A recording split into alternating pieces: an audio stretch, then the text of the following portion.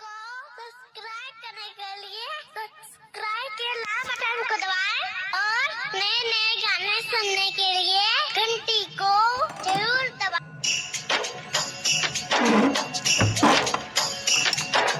Mix by Aditya recording studio Gopalganj.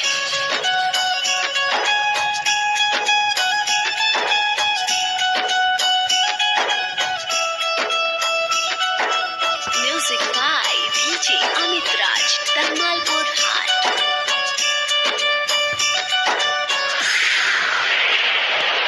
सुनो कहानी हमर प्यार के हो बेकार कोइल जिंदगी यार के।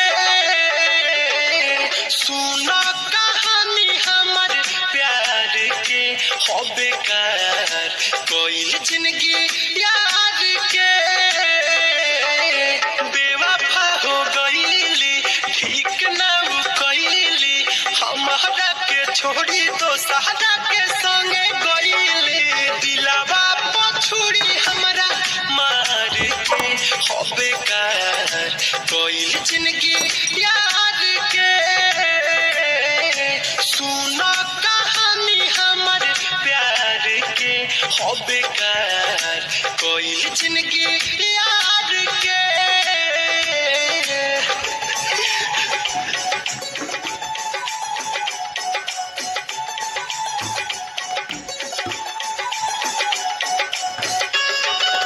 Music by DJ Amit Raj Talmalpur हाट।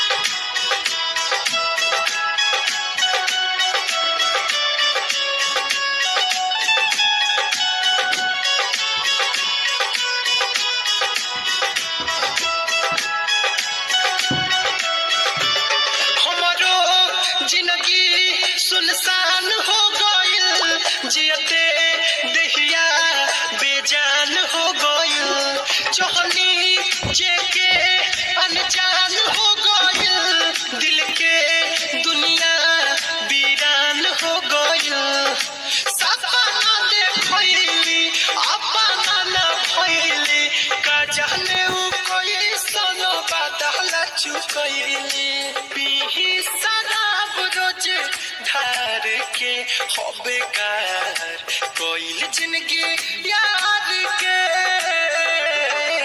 सुनो कहानी हमर प्यार के हो बेकार कोइल जिंदगी यार के।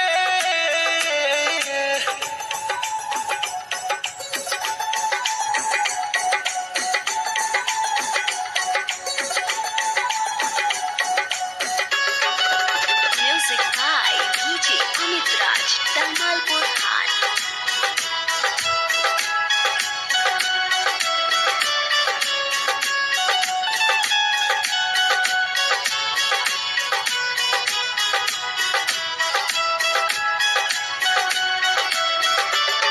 उनकर चेहरा न भूल पाई हो बरसे अखिया लगे मर जाई हो।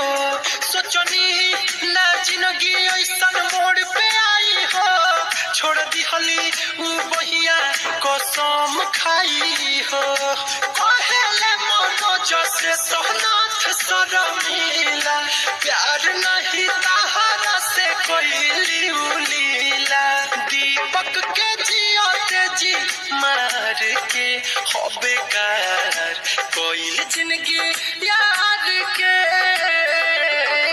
सुनो कहानी हमर प्यार के हो बेकार कोइल जिंदगी यार के। दिहली उ बहिया कसम खाई हो।